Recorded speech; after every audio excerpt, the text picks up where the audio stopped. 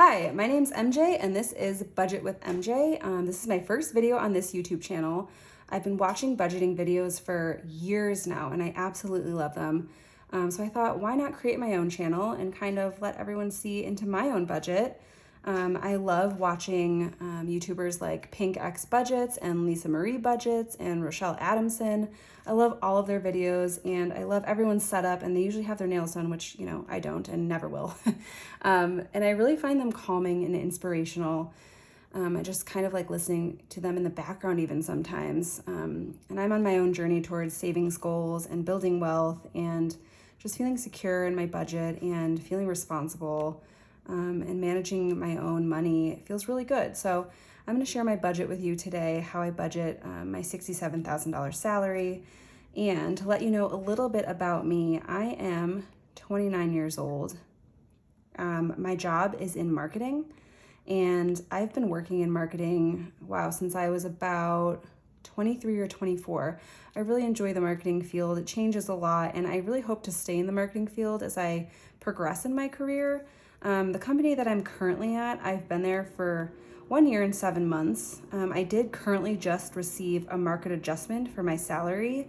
So just 2 weeks ago, my salary was sitting at around $60,400. And with my new salary, I'm now at $67,400. So that was a really nice surprise. I'm really glad that my company did that to adjust to the market and pay fairly. That was great to see. So this is my yearly salary, and with my monthly paycheck, what gets taken out of it, of course, are benefits and taxes. And I don't even consider benefits as income because they just go right away towards things that they should, like medical insurance, dental, there's vision in there, transportation if I need it, and then also I have a high yield savings account. So everything that gets taken out of my monthly paycheck is around $770. That does fluctuate depending, but this is per paycheck. And then after that, what also gets deducted that I try not to think about as income because it just gets put away and saved is my 401k. I currently do contribute about 8% to my 401k, which is around $232 per paycheck. My company is awesome and they separately contribute a 4% match to whatever I put in. So that's great. Not a lot of companies do that. So I was really happy that mine does. All throughout my career, since I was 23, I've always tried to have at least 6% being going towards my 401k. And of course, I hope to grow that over time. So that leaves me with a final paycheck of $1,911, which is pretty cool. Gives me a monthly payment of $3,822. So now I can break it down further of per month and per paycheck, what that looks like with my necessities. So per month, after I receive this paycheck amount, I like to contribute $800 towards my savings per month.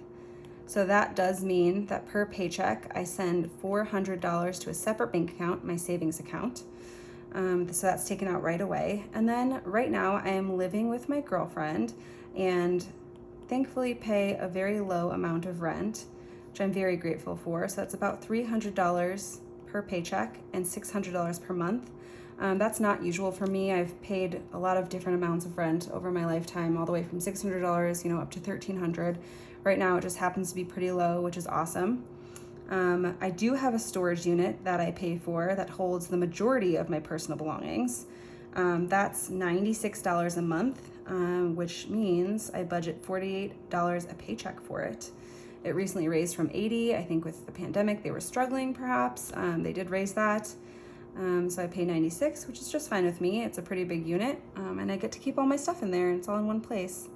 I'm still looking for an apartment, or I might continue living with my girlfriend, so we shall see. For my phone, I pay $80 a month and $40 per paycheck.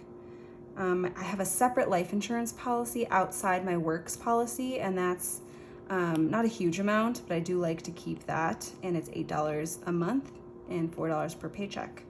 And of course, I have a lovely Spotify account that I don't really use, but I still like to keep. It's $10 a month, $5 a paycheck. And that leaves me with, per paycheck, about $1,114 left over. and per month about $2,228. Like I said, this isn't usual, having such a low amount of rent, and it might change in the future, but if it doesn't, that would be great, and if it does, I am prepared.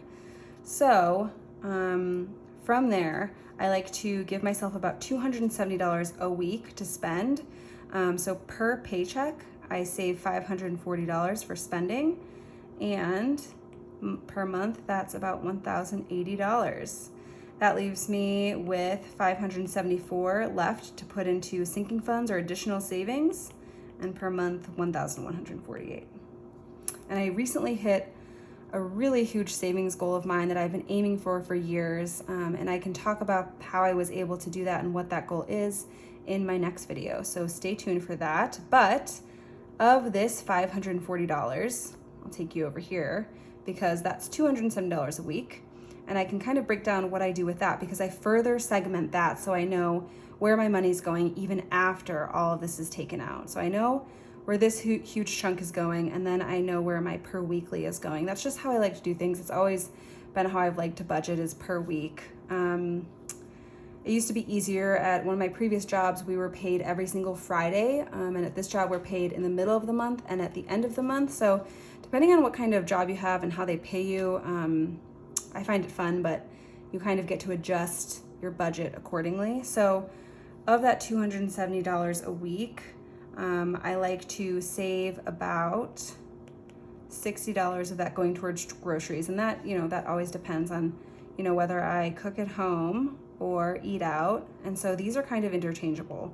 Whatever I don't spend in one, I can spend in the other, or save it if I don't spend it at all, or allocate it to one of these areas. I usually spend about $20 to $35 on coffee and pastries and just little treats throughout the week, so I like to leave that in there. And then gas, I don't really go anywhere, and if I do, it's not far away. I do live in a city, so that's about $15 a month, and that leaves me with a miscellaneous category of $80 a month. And this I can use on a bunch of different things, whether it be art supplies or books, Etsy purchases, Target runs, Amazon. Whatever I don't use, I throw it towards additional savings or towards travel. It just depends on what I'm doing that week. And, this is still, it changes every week on depending, if my friends want to hang out, if, I'm not feeling well, if I do have to travel, if I buy, a piece of clothing. And outside of this, I do have, additional savings that I like to allocate for myself. Like I said, I can go over that in another video for my net worth, or just how I like to allocate my money.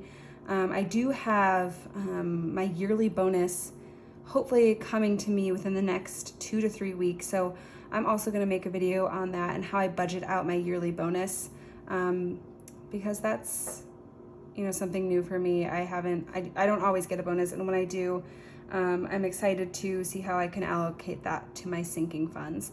So that's it for me today. That's how I budget my $67,000 salary.